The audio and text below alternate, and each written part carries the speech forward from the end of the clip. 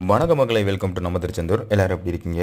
இன்றைக்கி வெள்ளிக்கிழமை நம்ம திருச்செந்தூர் முருகன் கோவிலில் காலையில் நான் இன்றைக்கி சீக்கிரமாகவே வீடியோ எடுக்க போயிட்டேன். ஏன்னா சற்று உடல்நிலை சரியில்லாத காரணத்தினால் இன்றைக்கி லீவு போட்டேன். சரி, ஓகே, காலையில் போய் வீடியோ எடுத்துகிட்டு வந்துடுவோம் அப்படின்னு ஒரு 8:30க்கெலாம் வீடியோ எடுக்க போயிட்டேன். காலையில் நான் வீடியோ எடுக்க போகும்போது பொது தரிசனம் மற்றும் 100 ரூபா தரிசனத்தில் சாமி கும்பிட்றதுக்கு பக்தர்கள் கூட்டம் ரொம்ப கம்மியாக தான் இருந்தாங்க. வீடியோவில் பார்க்கும்போதே உங்களுக்கு தெரியும். அது மட்டும் இல்லாமல் இன்றைக்கி அமாவாசை, அதனால் நிறைய பேர் கேட்டிருந்தாங்க அமாவாசை வருது ப்ரோ, ஸோ கூட்டம் இருக்குமான்னு. இந்த அமாவாசைக்கு கூட்டம் இருக்காது. ஆடி அமாவாசைக்கு திருச்செந்தூர் முருகன் கோவிலில் நல்ல கூட்டம் இருக்கும். திங்கள் மற்றும் வெள்ளிக்கிழமை கூட்டம் எப்படி இருக்குன்னு கேட்டிருக்கீங்க. இதை பற்றி நான் ஆல்ரெடி பேசியிருக்கேன். இருந்தாலும் புதுசாக வந்தவங்களுக்கு தெரியாது, அதனால சொல்கிறேன். திங்கட்கிழமை திருவிழா நாட்கள் மற்றும் முக்கிய விழா நாட்களை தவிர திங்கட்கிழமை நார்மலாக தான் இருக்கும். வார இறுதி நாட்கள் திருச்செந்தூரில் எப்போவுமே கூட்டம் அதிகமாக தான் இருக்கும். அதுவும் பார்த்தீங்கன்னா அந்த வியாழன் முதல் ஞாயிற்றுக்கிழமை வரை எப்போவுமே கூட்டம் இருக்கும்.